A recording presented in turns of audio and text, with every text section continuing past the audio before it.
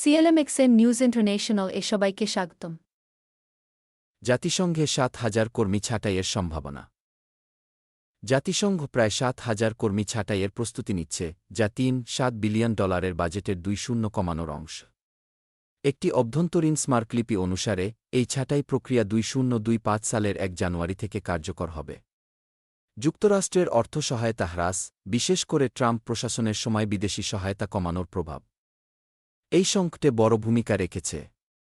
জাতিসংঘ মহাসচিব Antonio Guterres জানান, সংস্থাটি বড় ধরনের সংস্কারের চিন্তা করছে, যার মধ্যে বিভাগ একীভূতকরণ, কর্মী ছাঁটাই ও প্রশাসনিক ব্যয় হ্রাস রয়েছে। ট্রাম্পের দ্বিতীয় মেয়াদে যুক্তরাষ্ট্র থেকে ফিরেছেন ১০৮০ ভারতীয় নাগরিক। ২০২৫ সালের জানুয়ারিতে ডোনাল্ড ট্রাম্প দ্বিতীয় মেয়াদে প্রেসিডেন্ট হিসেবে ক্ষমতায় আসার পর থেকে যুক্তরাষ্ট্র থেকে ১০৮০ জন ভারতীয় নিজ দেশে ফিরেছেন বা নির্বাসিত হয়েছেন। এদের মধ্যে প্রায় ৬ বাণিজ্যিক বিমানে দেশে ফিরেছেন বলে ভারতের পররাষ্ট্র মন্ত্রণালয় জানিয়েছে। পররাষ্ট্র মন্ত্রণালয়ের মুখপাত্র রণধীর জয়সওয়াল জানান, অবৈধ অভিবাসন ও ভ্রমণ সংক্রান্ত বিষয়ে ভারত যুক্তরাষ্ট্র ঘনিষ্ঠভাবে কাজ করছে। এছাড়া শিক্ষার্থী ও এক্সচেঞ্জ ভিসা নিয়ে নতুন বিধিনিষেধ এবং মার্কিন দূতাবাসগুলোর সাক্ষাৎকার বন্ধের নির্দেশনার বিষয়েও ভারত সরকার সতর্ক নজর রাখছে। ৪ জুন শুরু হচ্ছে পবিত্র হজের আনুষ্ঠানিকতা। চলতি বছর পবিত্র হজের আনুষ্ঠানিকতা শুরু হবে ৪ জুন। ১.০ লাখের বেশি হজযাত্রী ইতিমধ্যে সৌদি আরবে পৌঁছেছেন। ৫ জুন অনুষ্ঠিত হবে আরাফাতের দিনের প্রধান আনুষ্ঠানিকতা এবং ঈদুল আজহা পালিত হবে ৬ জুন। হজ ইসলামের ৫ স্তম্ভের একটি এবং শারীরিক ও আর্থিকভাবে সক্ষম মুসলমানদের জন্য এটি ফরজ।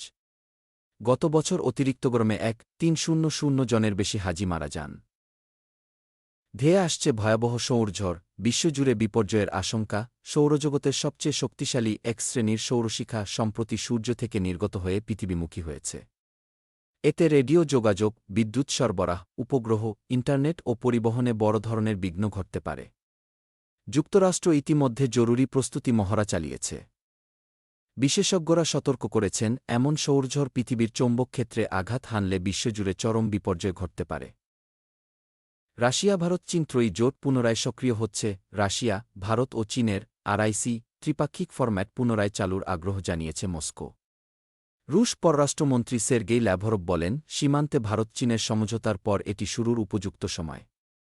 তিনি পশ্চিমাদের বিরুদ্ধে চীন ভারতকে মুখোমুখি দাঁড় করানোর চেষ্টা করার অভিযোগও করেন। আরআইসি ফোরাম অতীতে বহুবার উচ্চ পর্যায়ে বৈঠক করেছে। ফিলিস্তিন স্বীকৃতিতে সোচ্চার ম্যাক্রোর কূটনৈতিক বার্তা। ফরাসি প্রেসিডেন্ট ইমানুয়েল ম্যাক্রো ফিলিস্তিনকে স্বীকৃতি দেওয়া শুধু নৈতিক দায়িত্ব নয়, বরং রাজনৈতিক প্রয়োজন বলেও মন্তব্য করেছেন। সিঙ্গাপুরে এক সম্মেলনে তিনি ইসরায়েলের বিরুদ্ধে কঠোর পদক্ষেপের হুঁশিয়ারি দেন। গাজার মানবিক সংকটে ইসরায়েলকে দায়ী করে ম্যাক্রো বলেন, সময়মতো ব্যবস্থা না নিলে নিষেধাজ্ঞার পথে যেতে হবে। তিনি দক্ষিণ পূর্ব এশিয়া সফরে বিভিন্ন দেশে ফিলিস্তিন ইস্যুতে অবস্থান স্পষ্ট করছেন।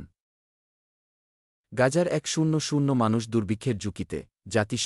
জাতিসংঘ জানায়, গাজা পৃথিবীর একমাত্র এলাকা যেখানে ১০০ মানুষ দুর্ভিক্ষের ঝুঁকিতে। ফরাসি প্রেসিডেন্ট ম্যাক্রো ইসরায়েলকে হুঁশিয়ারি দিয়ে বলেন, মানবিক পরিস্থিতির উন্নতি না হলে ইউরোপকে কঠোর পদক্ষেপ নিতে হবে। মার্কিন যুদ্ধবিরতির প্রস্তাবে ইসরায়েল রাজি হলেও হামাস সন্তুষ্ট নয়। কারণ এতে তাদের প্রধান দাবি উপেক্ষিত হয়েছে।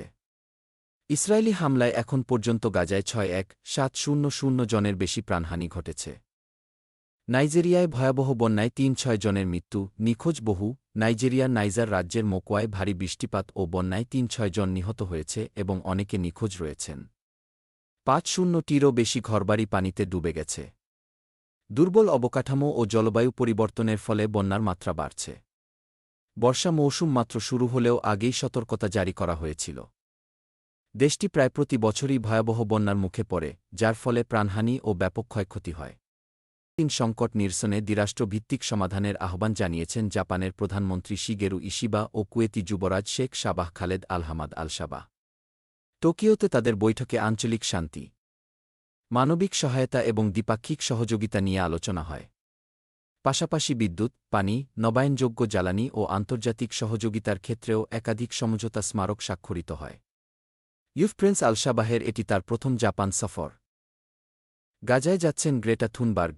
ইসরায়েলি আগ্রাসনের বিরুদ্ধে প্রতিবাদে ইসরায়েলের গাজায় চালানো আগ্রাসনের বিরুদ্ধে প্রতিবাদ জানাতে গাজা সফরে যাচ্ছেন সুইডিশ জলবায়ু কর্মী গ্রেটা থুনবার্গ। ফ্রিডম ফ্লোটিলা নামে একটি মানবিক জাহাজে করে তিনি ও আরও কয়েকজন কর্মী রোববার গাজার উদ্দেশ্যে যাত্রা করবেন। এ অভিযানের লক্ষ্য হল ইসরায়েলের মানবিক অবরোধের বিরুদ্ধে প্রতিবাদ, চলমান সহিংসতার নিন্দা এবং আন্তর্জাতিক সচেতনতা বাড়ানো। সফরসঙ্গীদের মধ্যে ইউরোপীয় পার্লামেন্ট সদস্য রিমা হাসানও রয়েছেন। অভিযানের আগে একবার তাদের জাহাজ ক্ষতিগ্রস্ত হয়, এতে ইসরায়েলি ড্রোন জড়িত থাকতে পারে বলে সন্দেহ করা হচ্ছে। বর্তমানে গাজা চরম মানবিক সংকটে রয়েছে এবং দুর্ভিক্ষের ঝুঁকি বাড়ছে। উন্মুক্ত স্থানে ধূমপান নিষিদ্ধ করছে ফ্রান্স, ১ জুলাই থেকে কার্যকর। শিশুদের সুরক্ষার লক্ষ্যে আগামী ১ জুলাই থেকে ফ্রান্সে পার্ক, সমুদ্র সৈকত, স্কুলের আশপাশ, বাসস্টপ ও খেলাধুলার মাঠসহ উন্মুক্ত স্থানে ধূমপান নিষিদ্ধ হচ্ছে। দেশটির স্বাস্থ্যমন্ত্রী ক্যাথরিন ভাত্রা জানান, শিশুদের শ্বাস নেওয়ার অধিকারকে গুরুত্ব দিয়ে এই পদক্ষেপ নেওয়া হয়েছে। নিষেধাজ্ঞা ভাঙলে ১৩৫ ইউরো জরিমানা করা হবে। তবে ক্যাফে বা বারের বাইরের বসার জায়গাগুলো নিষেধাজ্ঞার আওতায় পড়বে না। সিগারেট এখনই নিষিদ্ধ না হলেও সেটির নিকোটিন সীমা নির্ধারণের উদ্যোগ নেওয়া হয়েছে। ট্রাম্পের প্রশংসায় ইলন মাস্ক, হোয়াইট হাউসে যৌথ সংবাদ সম্মেলনের ঘোষণা। মার্কিন সাবেক প্রেসিডেন্ট ডোনাল্ড ট্রাম্প বৃহস্পতিবার ইলন মাস্ককে অসাধারণ আখ্যা দিয়ে তার প্রশংসা করেছেন এবং শুক্রবার হোয়াইট হাউসে তাদের একটি যৌথ সংবাদ সম্মেলনের ঘোষণা দিয়েছেন। মাস্ক সম্প্রতি ট্রাম্প প্রশাসনের বাজেট পরিকল্পনা নিয়ে মতবিরোধে জড়ান এবং হোয়াইট হাউসের পদ থেকে পদত্যাগ করেন। যদিও মাস্ক ট্রাম্পের পুনর্নির্বাচনী প্রচারে বড় অঙ্কের অর্থ ব্যয় করেছিলেন, তিনি এখন রাজনীতিতে অর্থ ব্যয় সীমিত রাখার ঘোষণা দিয়েছেন। আসন্ন সংবাদ সম্মেলনকে প্রযুক্তি ও রাজনীতির অঙ্গনে এক গুরুত্বপূর্ণ মুহূর্ত হিসেবে বিবেচনা করা হচ্ছে। পারমাণবিক বোমা শনাক্তে চীনের এআই প্রযুক্তির যুগান্তকারী সাফল্য। চীনা বিজ্ঞানীরা তৈরি করেছেন বিশ্বের প্রথম কৃত্রিম বুদ্ধিমত্তাভিত্তিক এআই সিস্টেম, যা আসল ও নকল পারমাণবিক বোমার পার্থক্য নির্ভুলভাবে শনাক্ত করতে সক্ষম। চায়না ইনস্টিটিউট অফ অ্যাটমিক এনার্জির তৈরি এই সিস্টেমটি ডিপ লার্নিং প্রযুক্তি ব্যবহার করে বস্তুর রশ্মি বিশ্লেষণ করে কাজ করে। এটি ভবিষ্যতে পারমাণবিক নিরস্ত্রীকরণ ও অস্ত্র নিয়ন্ত্রণ চুক্তিতে গুরুত্বপূর্ণ ভূমিকা রাখতে পারে। তবে প্রযুক্তিটির অপব্যবহার বা তথ্য ফাঁস হলে তা বৈশ্বিক নিরাপত্তার জন্য হুমকি হয়ে উঠতে পারে বলে আশঙ্কা করছেন বিশেষজ্ঞরা। হজযাত্রীদের জন্য সৌদিতে দাবদাহ ও বালুঝড়ের সতর্কবার্তা। চলতি বছরের হজ মৌসুমে সৌদি আরবে তীব্র দাবদাহ এবং সম্ভাব্য বালুঝড় নিয়ে সতর্কবার্তা জারি করেছে দেশটির আবহাওয়া অধিদপ্তর নখম। আগামী ৪ জুন শুরু হতে যাওয়া হজের সময় দিনের তাপমাত্রা ৪০ থেকে ৪৭ ডিগ্রি সেলসিয়াস এবং রাতের তাপমাত্রা ২৭ থেকে ৩২ ডিগ্রি পর্যন্ত হতে পারে। সঙ্গে থাকতে পারে ১৫-৬০ আর্দ্রতা ও ঘণ্টায় ২৫-৩৫ কিমি বেগে ধূলিঝড়। এছাড়া মৌসুমি ঝড়, বজ্রবৃষ্টি ও স্যান্ডস্টর্মের আশঙ্কাও করা হচ্ছে। হজযাত্রীদের পর্যাপ্ত পানি পান এবং আবহাওয়ার আপডেট সম্পর্কে সচেতন থাকার পরামর্শ দেওয়া হয়েছে। বাংলাদেশকে প্রায় ৩,০০০ কোটি টাকার সহায়তা দিচ্ছে জাপান। জাপান সরকার বাজেট সহায়তা, রেলপথ উন্নয়ন এবং শিক্ষা খাতে বাংলাদেশকে $১.০৬৩ বিলিয়ন, প্রায় ১,২,৯৯৫ কোটি টাকা ঋণ ও অনুদান দিচ্ছে। এর মধ্যে $৪,১৮ মিলিয়ন উন্নয়ন নীতি ঋণ, $৬,৪১ মিলিয়ন জয়দেবপুর ঈশ্বরদী রেলপথ উন্নয়নে এবং $৪.২ লাখ শিক্ষাবৃত্তির জন্য অনুদান দেওয়া হবে। জাপান বাংলাদেশ দ্বিপাক্ষিক বৈঠকে অর্থনৈতিক অংশীদারত্ব, নিরাপত্তা সহযোগিতা, বিনিয়োগ ও প্রতিরক্ষা প্রযুক্তি হস্তান্তর সহ বিভিন্ন বিষয়ে সমঝোতা হয়েছে। জাপান বাংলাদেশ নৌবাহিনীকে ৫টি টহল নৌকা সরবরাহ করবে এবং সাংস্কৃতিক ও মানবসম্পদ বিনিময়েও জোর দেওয়া হয়েছে। বুদ্ধিবৃত্তিক যুদ্ধে নেতৃত্বে আসছে হিউম্যানয়েড রোবট, চীনের সামরিক কৌশলের নতুন দিগন্ত। চীনের সামরিক বাহিনীর প্রকাশিত এক নিবন্ধে বলা হয়েছে, ভবিষ্যতের যুদ্ধক্ষেত্রে হিউম্যানয়েড রোবট কৌশলগত নেতৃত্ব দেবে। এ রোবটগুলো কৌশলগত নমনীয়তা ও প্রতিরোধের সক্ষমতা রাখে এবং সৈন্যদের সহযোগিতায় যুদ্ধ পরিচালনায় কার্যকর হতে পারে। চীনের এক ৮ মিটার উচ্চতার রোবট তিয়ানকুং আল্ট্রা বিভিন্ন যুদ্ধপরিবেশে দক্ষতা দেখিয়েছে। নিবন্ধে অস্ত্রধারী রাশিয়ান রোবটের কথাও তুলে ধরা হয়, যা শত্রুকে ফাঁকি দিতে ও গুলি চালাতে সক্ষম। চীন এই প্রযুক্তিকে সামরিক সিদ্ধান্ত, বিমান নকশা এবং যুদ্ধ সমন্বয়ে প্রয়োগের লক্ষ্যে কাজ করছে।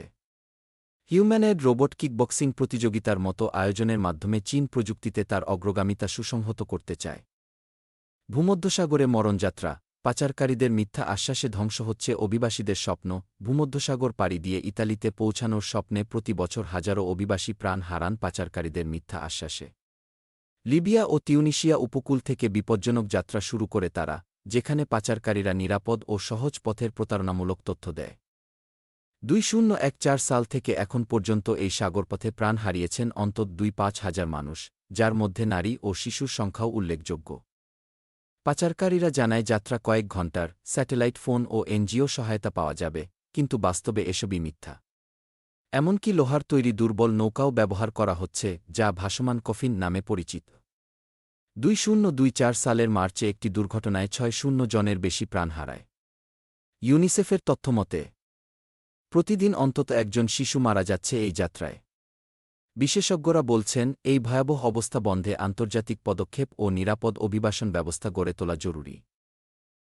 এই ভিডিওটি দেখার জন্য ধন্যবাদ এবং আমাদের সাথে যুক্ত থাকুন।